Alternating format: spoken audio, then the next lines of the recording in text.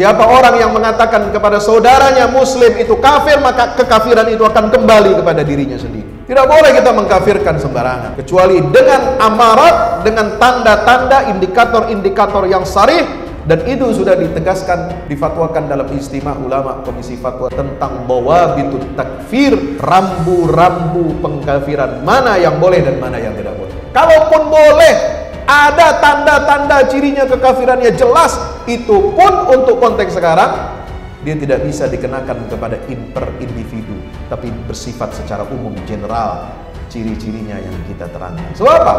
Konsekuensi dari pengkafiran individu, apalagi yang dikafirkan negara, yang di dalamnya masih berkumandang azan-azan di seluruh masjid di negeri ini. Kebebasan menjalankan ibadah salat, menjalankan ibadah puasa, menjalankan zakat, ada undang-undang zakatnya, ada undang-undang hajinya, ada undang-undang wakafnya, ada undang-undang perkawinannya, ada undang-undang pendidikan Islamnya, peradilan Islamnya, ada undang-undang tentang bagaimana perbankan syariah dan lain sebagainya. Maka tidak benar dan sangat sesat, menyesatkan kalau ada pihak-pihak yang mengkafirkan negara ini.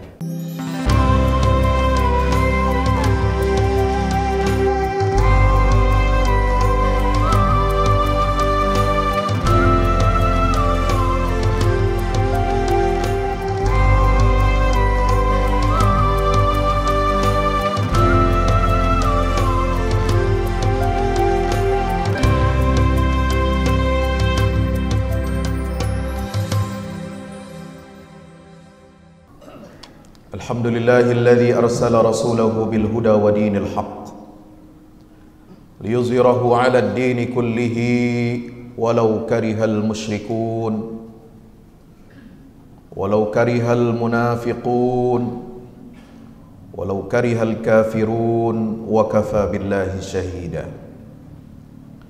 Asyhadu an la ilaha illallah wahdahu la syarika lah wa asyhadu anna Muhammadan abduhu wa rasuluhu la nabiyya ba'dah. Allahumma salli wa sallim wa barik wa karrim ala hadha an-nabiyyil ummiyil karim wa ala alihi wa ashabihi ghurril mayamin wa ala sairi ummatihi ila yaumiddin. Allahumma salli wa sallim wa barik ala Muhammad wa ala ali Muhammad. Ibadallah, usi nafsi wa iyyakum bitaqwallah. Ittaqullaha haqqa tuqatihi wa la tamutunna illa wa antum muslimun. Hadirin jamaah Jumat yang insyaallah mudah-mudahan kita semuanya senantiasa diberkahi dan dirahmati oleh Allah Subhanahu wa taala. Syukur alhamdulillah, marilah senantiasa kita panjatkan kehadirat Allah Jalla Jalaluhu Subhanahu wa ta'ala atas semua nikmat dan karunia yang telah dilimpahkan kepada kita, terutama nikmat iman dan Islam. Nikmat kita dapat berpegang teguh, dapat istiqamah dan i'tisam bihablillahil matin. I'tisam, berpegang teguh kepada Al-Quran dan sunnah Nabi kita Muhammad sallallahu alaihi wasallam, dimana kita kalau berpegang teguh kepada dua pusaka ini, kita tidak akan tersesat dalam kehidupan kita di dunia dan di akhirat kelak. Salat salam tak lupa kita sampaikan kepada junjungan kita baginda Rasulullah Muhammad sallallahu alaihi wasallam, tauladan kita, guru kita, pemimpin kita dari dunia sampai akhirat, dan pemberi syafaat kita kepada kita insyaallah di yaumil qiyamah, nabiyuna wa nabiyukum Muhammad sallu alaihi wa sallimu taslima. Allahumma salli ala Muhammad. Pada kesempatan khutbah yang singkat ini, mari kita sama-sama mengingatkan diri kita sendiri, saling mengingatkan untuk kita meningkatkan iman dan takwa kita kepada Allah Ta'ala dengan menjalankan semua perintah-perintah Allah dan menjauhi semua larangan-larangan Allah Subhanahu wa Ta'ala dalam seluruh aspek kehidupan kita. Masyarul muslimin yang dimuliakan Allah, tantangan peradaban yang dihadapi oleh kaum muslimin ini semakin hari semakin besar. Tetapi sesungguhnya tantangan-tantangan itu akan meneguhkan kita, sebagaimana yang disampaikan seorang alim, seorang ulama besar, yaitu Amir Syakib Arsalan, di mana beliau mengatakan, lan tazdada 'alal ayyami adillatul haqqi illa ittidahan wa lan tazdada syubahul batili illa iftidahan. Semakin berjalannya waktu, bukti-bukti kebenaran Islam ini pasti akan semakin terang benderang. Dan sebaliknya, subhat-subhat kebatilan pasti akan semakin ditelanjangi kebobrokannya. Ini adalah perkataan seorang ulama Rabbani, Syekh Abdul Hamid bin Badis dari Tunisia, yang memimpin pergerakan umat Islam untuk melawan penjajahan kolonialisme Eropa di abad ke-19. Masyarul muslimin yang dimuliakan Allah, banyak tantangan-tantangan peradaban Islam ini yang kita hadapi kelihatannya merugikan kita umat Islam, tetapi sesungguhnya di balik itu semua adalah karunia dan nikmat dari Allah untuk membuktikan kebenaran ajaran Islam ini begitu terang benderang di hadapan seluruh umat manusia, apapun agamanya, apapun suku bangsanya, apapun nasionalismenya, apapun bahasanya.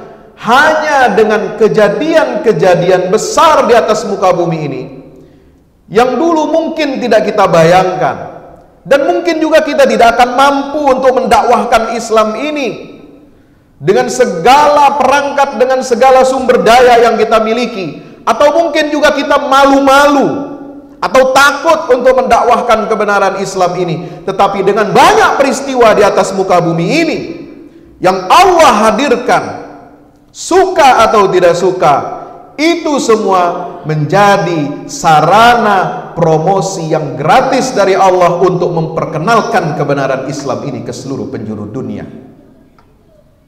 Salah satunya adalah isu tentang terorisme, radikalisme, dan ekstremisme yang ada kita hadapi pada saat ini. Masyarul muslimin dirahmati Allah, kalau alasan seseorang itu dikatakan sebagai teroris, radikalis, ekstremis, puluhan tahun lalu dia pernah pergi ke Afghanistan membantu saudara-saudaranya kaum muslimin, lalu sekarang dijerat dengan pasal undang-undang tindak pidana terorisme, maka ketahuilah berapa banyak pemimpin dan penguasa di atas dunia ini, terutama di negara-negeri Islam, yang saat itu memberikan lampu hijau untuk pemuda-pemuda Islam berangkat untuk berjihad di Afghanistan. Salah satunya dicatat oleh seorang peneliti barat adalah kepemimpinan Presiden Soeharto almarhum di zaman Orde Baru, membuka pintu, mengizinkan, bahkan memerintahkan Panglima ABRI pada saat itu untuk memberikan bantuan senjata dengan operasi khusus dan menggalang pemuda-pemuda muslim. Ini semua dulu digerakkan oleh Amerika dalam perang dingin melawan Uni Soviet.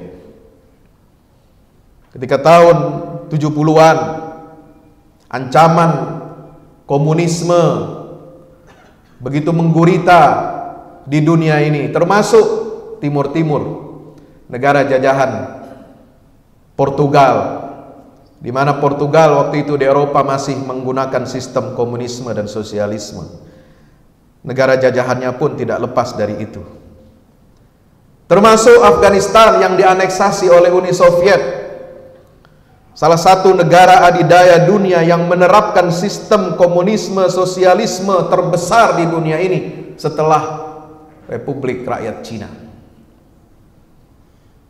Bagaimana Amerika Serikat ingin mengalahkan rival musuh peradabannya, Uni Soviet dengan tatanan sosialismenya, RRC dengan tatanan komunismenya, ingin dilawan oleh Amerika Serikat. Ada kesempatan mereka ketika menganeksasi satu negara saat itu berada di Asia Tengah, maka dilakukanlah mobilisasi besar-besaran untuk melawan proyek komunisme Uni Soviet ini dengan mengumandangkan semangat jihad melawan komunisme, ateisme, dan sosialisme. Wa makaru wa makarallah wallahu khairul makirin.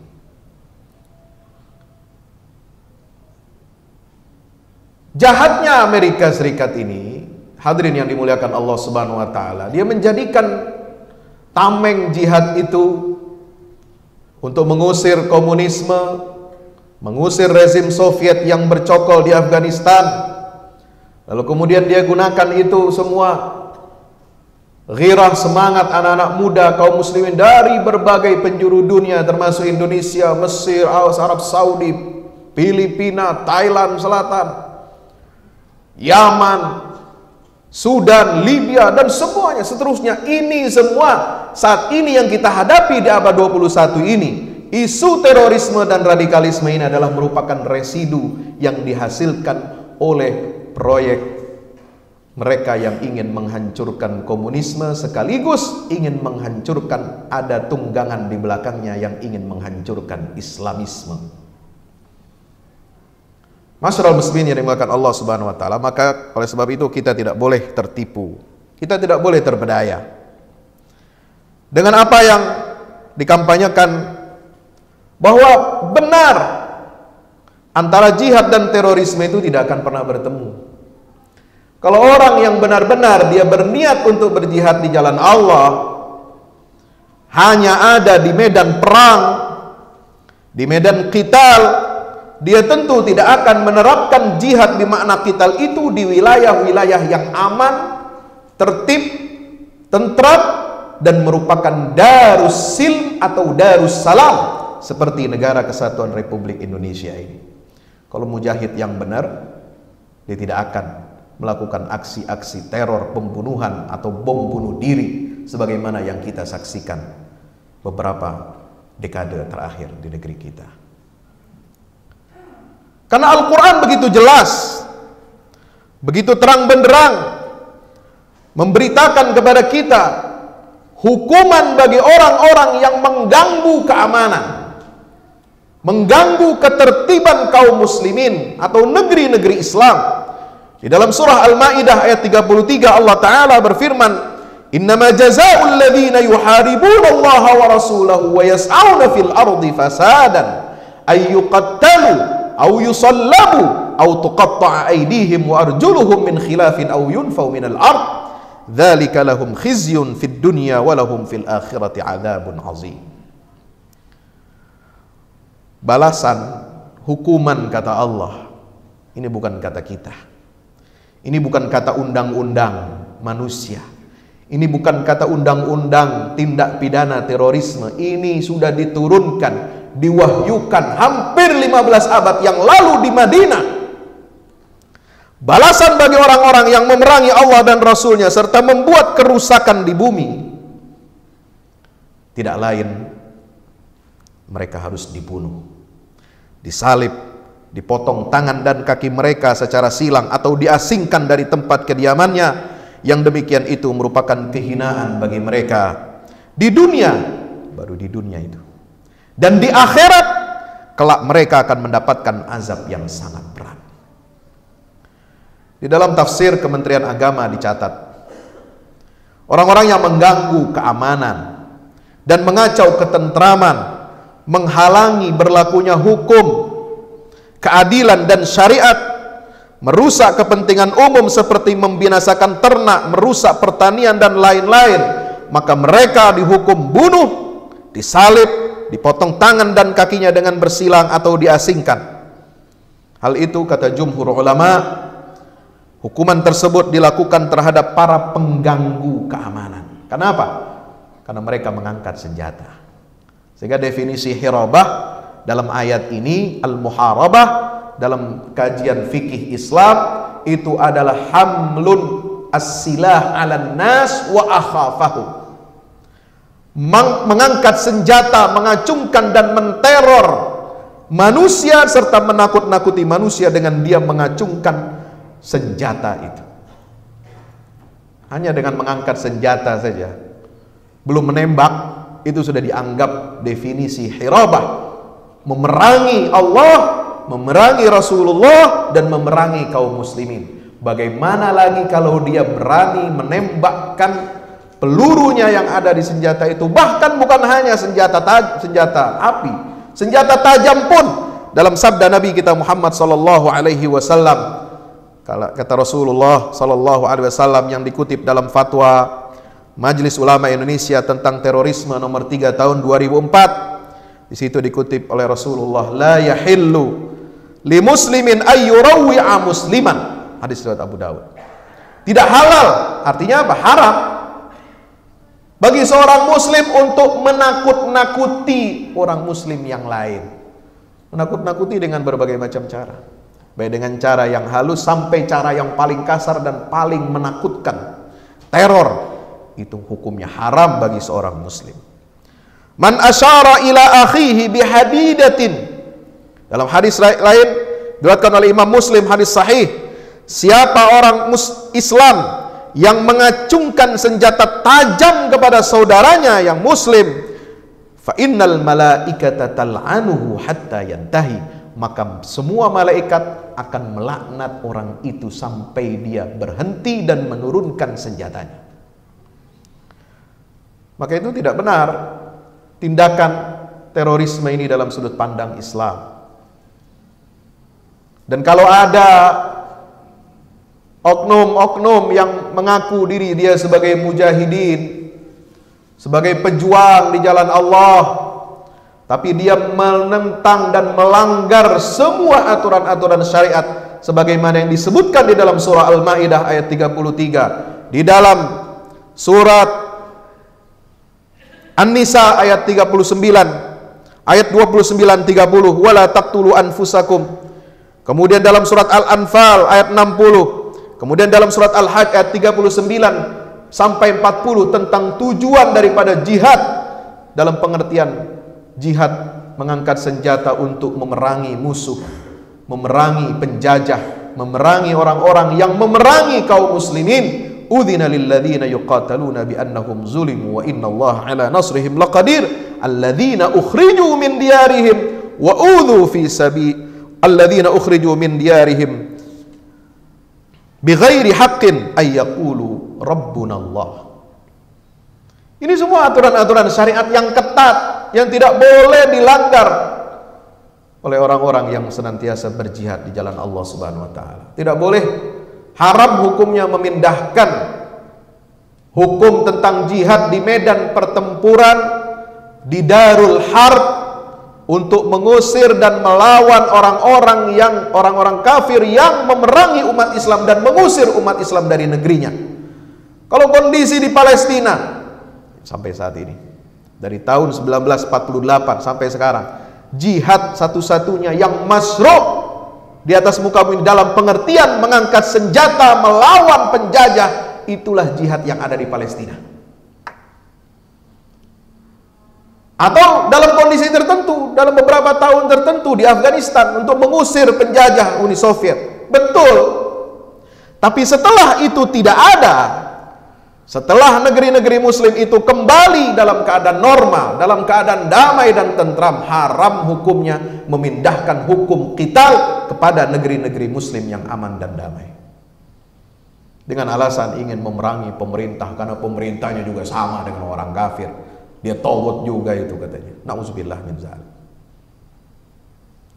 Pemikiran takfiri seperti ini harus kita tentang.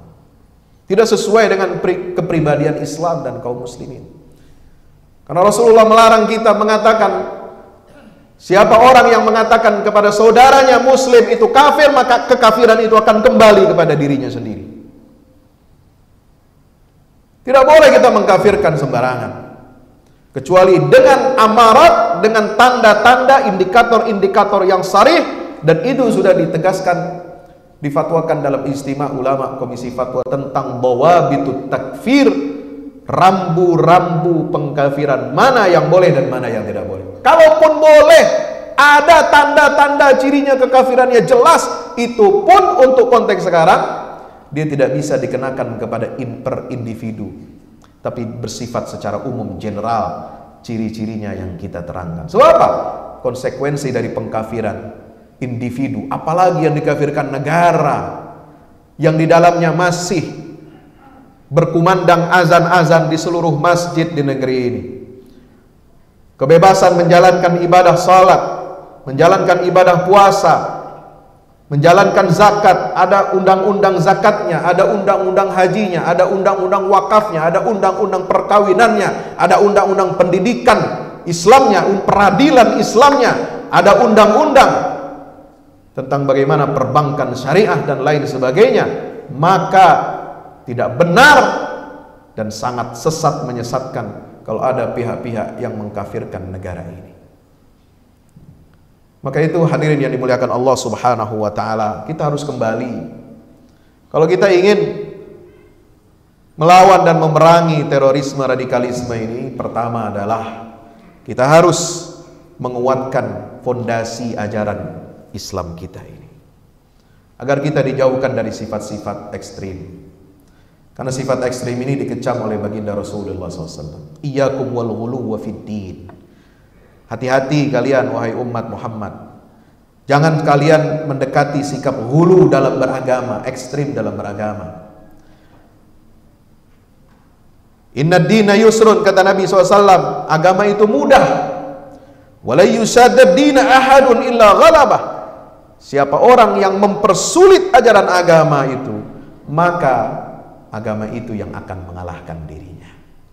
Nauzubillah, tsumma nauzubillah min zalik. Kita mohon perlindungan dari Allah Subhanahu wa taala. Kita harus bertanya kepada ahlu dzikir, kepada para ulama kita. Kita harus taat kepada konstitusi, undang-undang yang berlaku di negeri kita, mentaati aturan-aturan main, sampaikan aspirasi, perjuangkan aspirasi kita ini untuk menjadikan Islam ini berdaulat di negeri yang mayoritas beragama Islam ini dengan cara-cara yang konstitusional, dengan cara-cara yang benar, dengan cara-cara yang sudah disepakati oleh para ulama dan tidak melanggar aturan-aturan syariat Allah Subhanahu wa taala.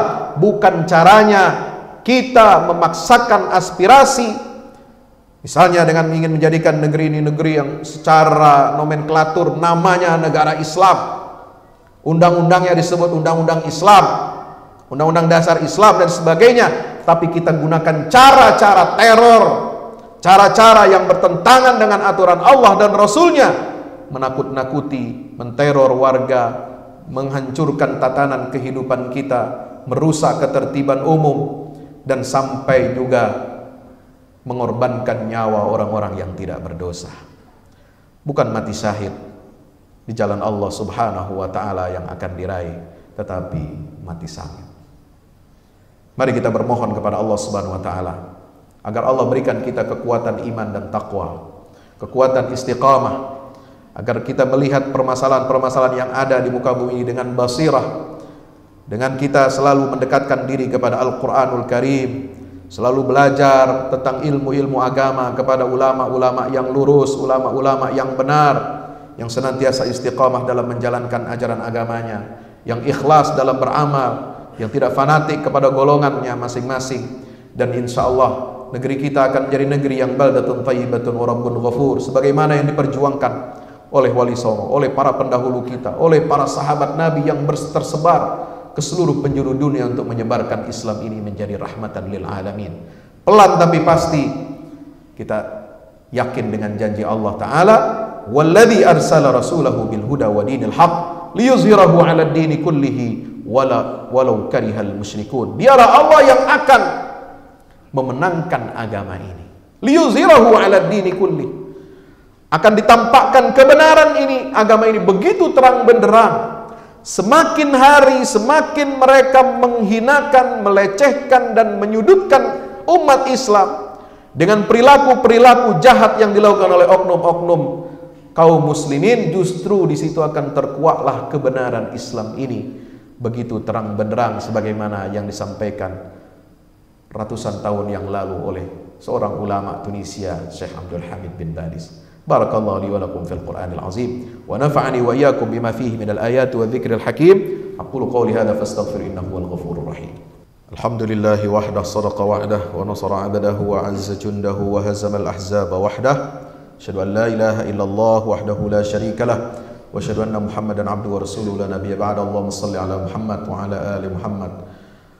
Allahumma ibadallah ittaqullaha haqqa tuqatih wa la tamutunna illa wa antum muslimun. I'lamu anna Allah amarakum bi amrin bada fi bi nafsihi wa thanna bi malaikatil musabbihati bi qudsihi wa thalatha bikum faqala ta'ala inna Allah wa malaikatahu yusalluna 'alan nabi ya ayyuhalladzina amanu sallu 'alaihi wa sallimu taslima. Allahumma salli 'ala Muhammad 'adada ma ahata bi 'ilmi wa khatta bi qalam wa saw kitabuk. وارض اللهم عن سادتنا أربعة الخلفاء الراشدين أبي بكر وعمر وعثمان وعلي وعن سائر الصحابة والتابعين ومن تبعهم بإحسان إلى يوم الدين. Jangan lupa baca surat Al-Kahfi. Surat Al-Kahfi ini akan melindungi kita dari berbagai macam fitnah, terutama fitnah-fitnah di akhir zaman seperti tadi. Mari kita tengadahkan dua tangan kita ke hadirat Allah Subhanahu wa taala dengan hati kita yang ikhlas, berdoa di hari yang mulia dan barakah ini. Allahumma ighfir lil muslimin wal muslimat wal mu'minina wal mu'minat al-ahya'i minhum wal amwat innaka ya rabbana sami'un qaribun mujibud da'awat. Allahumma ansur al-islam wa 'izzal muslimin wa 'ali bi fadlika kalimatil haqq ila yaumiddin. Allahumma ansur man nasara ad-din wa khudhul man khadhala al-muslimin. Allahumma arina al-haqqa haqqan warzuqna ittiba'ah wa arina al-batila batilan warzuqna ijtinabah. ربنا لا تزغ قلوبنا بعد إذ هديتنا وهب لنا من لدنك رحمة إنك أنت الوهاب. ربنا اغفر لنا ذنوبنا وكفر عنا سيئاتنا وتوفنا مع الأبرار. ربنا اغفر لنا ذنوبنا وآتنا ما وعدتنا على رسلك ولا تخزنا يوم القيامة إنك لا تخلف الميعاد.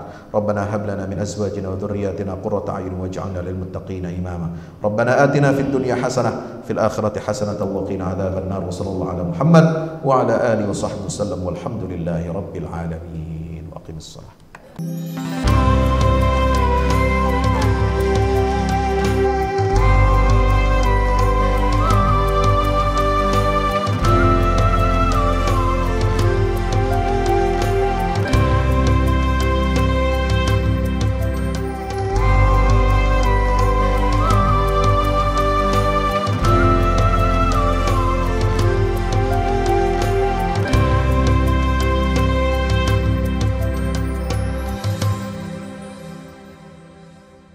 Assalamualaikum warahmatullahi wabarakatuh. Alhamdulillah kita udah selesai pengecoran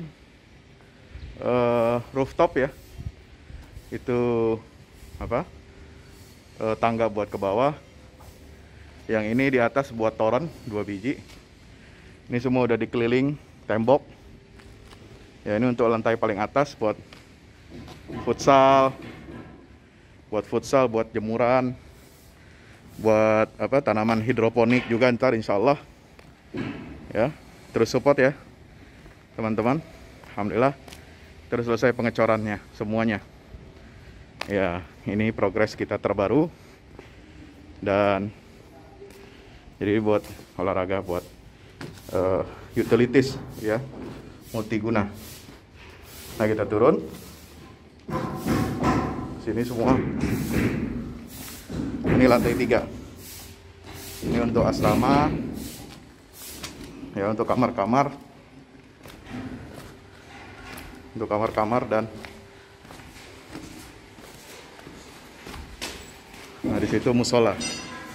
Nanti di situ musola ya. Ini kamar-kamar dan musola buat santri-santri tahfiz kita insya Allah.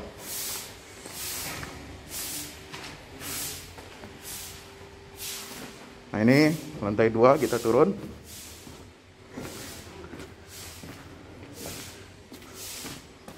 Ini untuk kelas-kelas ya, kelas-kelas tahfidz, kelas-kelas tadabbur. Insya Allah mau udah jadi. Alhamdulillah berkat dukungan antum semua. Nah, tinggal ke bawah, di sini buat aula. Aula semua di sini ya. Mohon doanya terus. Mudah-mudahan berkah. Mudah-mudahan cepat jadi finishing. Kira-kira finishingnya ini butuh 1,5 M lagi ya. Mudah-mudahan. Al-Fatihah. Al-Fahmu Institute mempersembahkan serangkaian buku karya Ustadz Fahmi Salim LCMA. Buku pesan-pesan tauhid untuk negeri di masa pandemi. Buku mutiara ilmu-ilmu Al-Quran. Ada diskon 20% untuk buku tafsir sesat 58 esai kritis wacana Islam di Indonesia dan buku kritik terhadap studi Al-Quran kaum liberal. Anda dapat memesannya melalui layanan WhatsApp di nomor 08777 063 7192 dengan format pemesanan ketik nama, alamat lengkap, nomor handphone, dan jumlah buku yang diorder. Ongkos kirim di luar harga buku dan menyesuaikan wilayah dengan paket standar. Lampirkan juga bukti transfer Anda ke rekening BNI Syariah di 0631 748573. Tunggu apa lagi? Pesan sekarang.